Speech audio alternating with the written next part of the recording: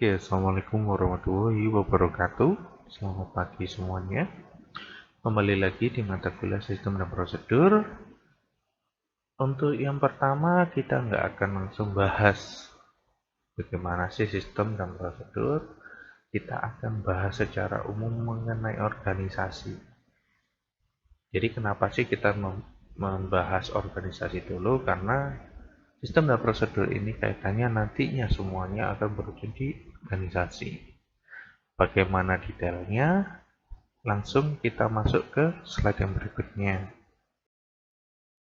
Oke, jadi dari definisinya, organisasi di sini adalah sekumpulan orang yang akan mencapai tujuan bersama. Itu kalau dari inti dari teori mengenai organisasi. Terus apa prinsip pengorganisasian ini? Jadi prinsip organisasi yang akan kita bahas di slide ini biasanya berlaku untuk semua tipe dan hampir biasanya setiap aktivitas organisasi atau perusahaan.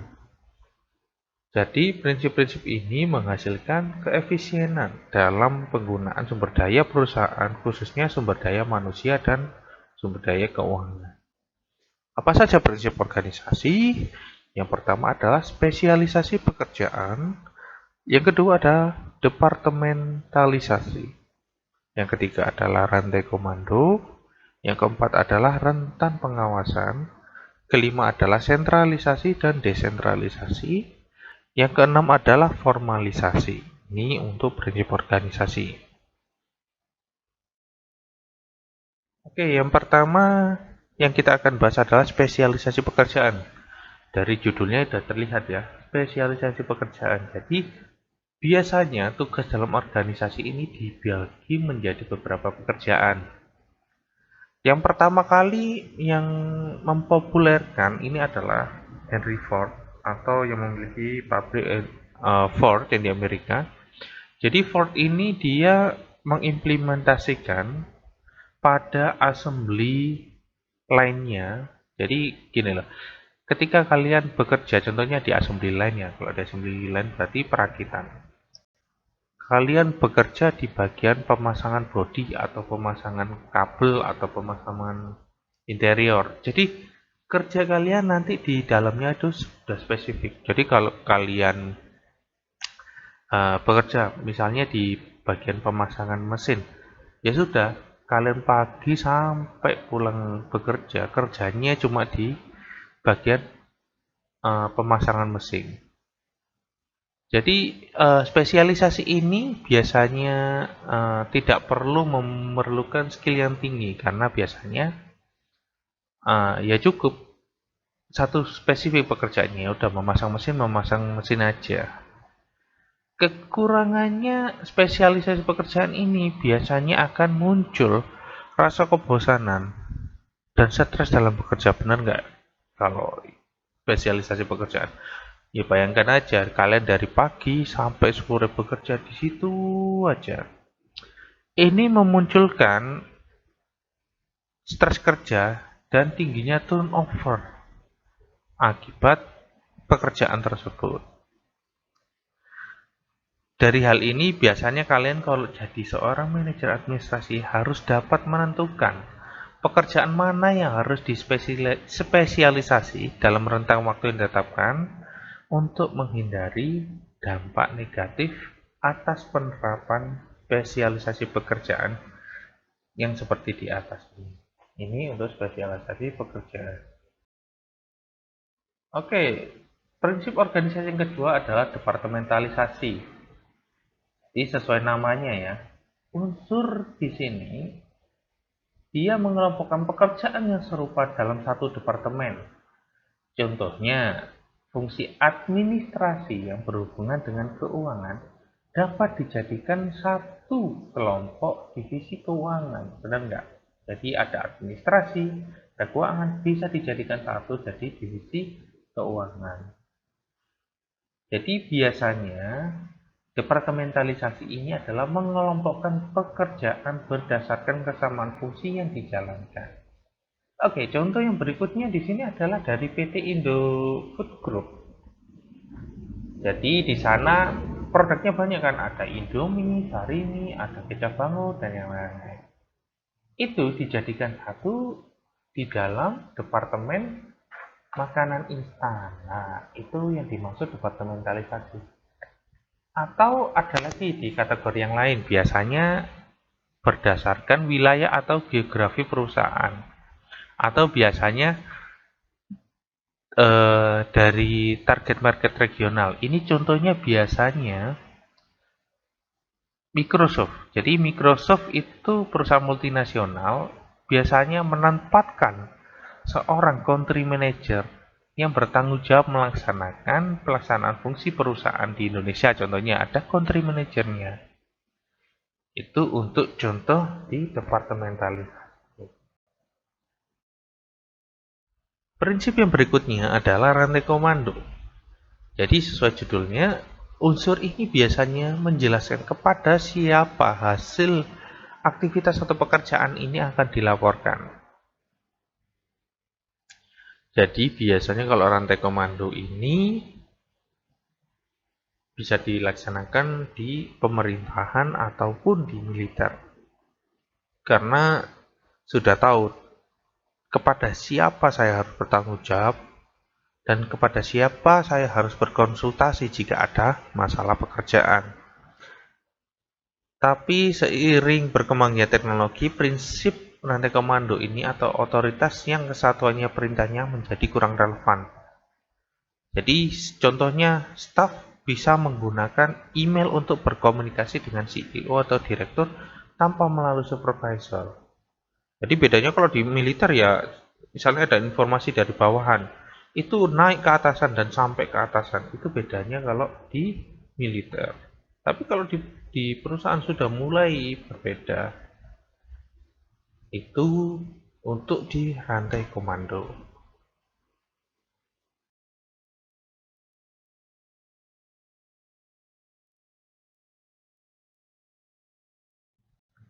Oke, prinsip yang berikutnya adalah sentralisasi dan desentralisasi.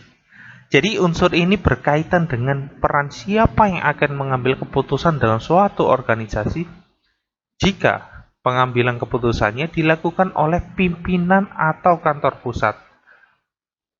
Dapat dikatakan bahwa organisasi ini menggunakan sentralisasi. Jadi kalau kantor pusat yang memberi pijakan itu yang disebut sentralisasi. Kalau sebaliknya itu disebut dengan sentralisasi. Contoh adalah otonomi daerah. Nah, pertanyaannya adalah otonomi daerah disebut sentralisasi atau desentralisasi? Nanti kirim jawabannya, otonomi daerah itu masuk ke sentralisasi atau desentralisasi. Nanti tulis di Classroom jawabannya dan sertakan juga alasannya. Unsur yang berikutnya adalah formalisasi. Jadi sebagai dokumen tertulis yang mengidentifikasikan, menjelaskan, dan mendefinisikan pekerjaan dalam suatu tugas tanggung jawab, kondisi, dan spesifikasi pekerjaan. Yang di sini dimaksud formalisasi adalah ketika kalian bekerja jadi seorang sekretaris, ya sudah, job deskmu jadi seorang sekretaris itu seperti apa? Itu ada penulisan yang baku. Oh, tugasnya seorang sekretaris di perusahaan A adalah ini, membuat surat, menyiapkan meeting, dan yang lain-lain. Itu jelas tertulis di formalisasi ini. Itu yang disebut formalisasi. Oke, berikutnya kita akan membahas struktur organisasi. Struktur organisasi adalah hubungan formal maupun informal antar anggota dalam suatu organisasi. Ini kalau dari definisinya struktur organisasi. Oke, yang pertama yang akan kita bahas adalah struktur garis. Jadi kalau struktur garis ini kalian pasti sering melihat struktur yang model seperti ini. Ini adalah struktur yang paling tua dan paling sederhana, di mana kekuasaannya mengalir secara vertikal dari tingkatan paling atas ke tingkatan menengah dan sampai tingkatan paling bawah. Jadi untuk kelebihannya struktur organisasi garis seperti ini adalah karyawan lebih menyadari tugas dan tanggung jawab masing-masing. Jadi untuknya sekretaris ya sudah, tanggung jawabnya udah spesifik. Kalau sekretaris ya ini.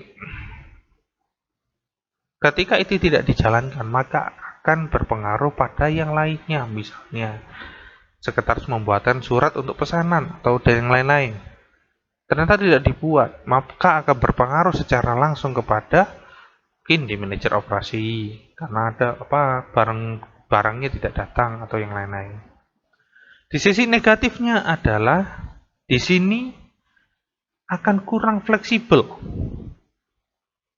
Jadi untuk dalam satu posisi untuk bergerak di posisi yang lainnya akan susah.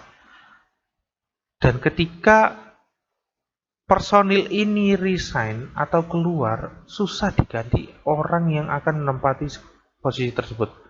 Misalnya sekretaris resign tiba-tiba, maka biasanya perusahaan itu akan sedikit terguncang karena posisi itu akan kosong. Makanya di struktur garis ini biasanya karyawannya tidak banyak. Ini untuk kelebihan dan kekurangannya di struktur garis. Oke, yang kedua adalah struktur garis dan staf. Jadi sebenarnya struktur garis dan staf ini hampir sama dengan struktur yang nomor satu tadi. Bedanya di sini adalah ada satu dimensi di mana tambahannya adalah berupa aktivitas seorang staf ahli yang mendukung aktivitas struktur garis dengan memfasilitasi pencapaian tujuan utama organisasi. Nah, di mana ya coba dari gambar ini? Kelebihan dari struktur garis staf ini adalah pada posisi garis terbebas dari aktivitas khusus yang dapat diberikan kepada karyawan staf. Jadi manajer pada posisi garis ini mempunyai waktu yang lebih untuk melakukan aktivitas yang berperan secara langsung pada pencapaian tujuan utama perusahaan. Manfaat yang lainnya adalah fleksibilitas dari personal staff yang dapat memudahkan mereka untuk melaksanakan dan menyelesaikan proyek baru dengan jumlah waktu yang minimum. Nah, yang kedua adalah kekurangannya dari struktur garis dan staf ini. Nah, ini yang sering terjadi. Biasanya muncul konflik antar karyawan pada posisi garis dan staf. Yang sering terjadi. Ini misalnya karena salah satu staf biasanya mendominasi. Jadi seringkali karyawan dari posisi staf ini biasanya menghiraukan masukan dari teman mereka sendiri. Akhirnya staf tersebut biasanya mengambil wewenang pada garis ini dan mengakibatkan beberapa manajer mengurangi privilege dari staf ahli yang biasanya menghalangi perkembangan hubungan kerja antar posisi garis dan staf. Ini kekurangannya struktur garis dan staf. Oke, yang tiga adalah struktur fungsional. Jadi struktur ini banyak ditemukan pada organisasi atau perusahaan yang mempunyai area spesialisasi sebagai dasar eksistensi sebuah departemen. Sisi positifnya adalah keahlian dimiliki, mempunyai spesialis fungsional. Tapi juga ada sisi negatifnya adalah ketika karyawan mempunyai dua atau lebih supervisor. Jadi contohnya ini di posisi di dekan ya. Walaupun dekan adalah di bawah pembantu rektor 2, ini biasanya gini, kalau ada, kan jelas, atasnya dekan adalah pembantu rektor 2. Tapi ketika pembantu rektor 1 memberikan instruksi atau menegur dekan, itu juga sebagai atasan langsung. Jadi kekurangannya adalah mereka dekan ini biasanya kebingungan karena biasanya mengikuti pembantu rektor 1, tapi di sini pembantu rektor 1 juga adalah atasan secara tidak langsung yang mereka harus mengikuti juga. Nah, ini yang di sisi negatifnya ketika ada struktur fungsional. Yang keempat adalah struktur ini digunakan jika perusahaan memutuskan untuk menggunakan produk yang mereka hasilkan sebagai dasar penetapan atau pembuatan struktur organisasi dalam suatu perusahaan. Kelebihannya adalah setiap masing-masing bisa mengembangkan proses atau prosedur yang mereka anggap baik.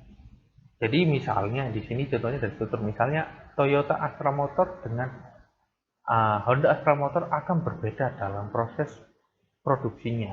Alat yang digunakan, standar karyawannya itu mungkin akan berbeda dengan Honda ataupun Astra. Tapi ada sisi negatifnya. Jadi sisi negatifnya karena mereka masing-masing bisa menerapkan prosedur yang berbeda, maka berkemungkinan bisa mengakibatkan kegagalan dalam pencapaian tujuan karena berbeda dengan standarnya masing-masing. Ini yang biasanya terjadi. Misalnya contohnya ketika Toyota menggunakan prosedur assembly line A, Honda menggunakan prosedur assembly line B, ini akan berbeda baik dalam waktu perakitan, waktu, tenaga, bahkan kos biaya itu akan juga berbeda. Ini yang dari sisi negatifnya untuk struktur produk. Yang nomor 5 adalah struktur komite. Jadi nggak semuanya orang bisa sependapat ya mengenai struktur komite ini. Jadi struktur komite ini biasanya bukan struktur perusahaan, tapi biasanya struktur dari pemerintahan. Jadi di contohnya ini adalah presiden yang membawai menteri non departemen, pejabat tingkat menteri, ada komite KPU. Jadi kelebihan komite ini biasanya rekomendasi yang diberikan komite kadangkala diterima lebih baik daripada yang dibuat individu atau bawahannya. Jadi contohnya ini rekomendasi dari presiden, itu akan lebih baik untuk menjalankan daripada dari komite KPU membuat kebijakan dan dilaksanakan. Kekurangannya komite ini adalah sering dikritik karena membutuhkan waktu yang lama untuk berfungsi dengan baik. Nah, contohnya sekarang gini, suatu kebijakan akan beda. Jadi kalau presiden ngomong A, penerapannya di bawah itu mungkin akan susah. Contohnya kayak bansos saja, presiden sudah jelas menginstruksikan untuk bansos, tapi di bawah masih banyak sering terjadi yang tidak tepat lah, waktunya yang molor lah, dan yang lain-lain. Itu kelebihan dan kekurangan dari struktur komite. Yang keenam adalah struktur matriks. Jadi ini adalah struktur yang paling terbaru dari semua struktur organisasi yang ada sebelumnya. Jadi biasanya struktur ini digunakan untuk perusahaan yang melakukan proyek yang rumit. Jadi kelebihan matriks ini adalah bisa mempekerjakan karyawan dengan keahlian tertentu untuk menyelesaikan suatu proyek. Jadi misalnya kalian butuh orang untuk bisa mengukur tanah, ya sudah, rekrut aja orang yang bisa mengukur tanah. Itu bisa cepat karena apa? Strukturnya menuntut seperti demikian. Atau misalnya kita butuh orang untuk bisa mempondasi dengan beton, ya udah rekrut aja dengan cepat. Ada sisi negatifnya di sini adalah karyawan akan mempunyai 2 atau lebih supervisor di lapangan. Jadi bisa terlihat ya, misalnya di bawah produksi itu ya. Karyawan yang ada di posisi yang di bawah ini bisa punya 2 supervisor. Contohnya bisa manajer proyek A, bisa manajer proyek B, bahkan bisa langsung jadi direktur produksi yang akan memberikan instruksi kepada dia. Ini kekurangannya untuk struktur organisasi matriks. Oke, sekian dulu sedikit gambar mengenai organisasi sebelum kita akan membahas sistem dan prosedur secara detail. Terima kasih. Assalamualaikum warahmatullahi wabarakatuh.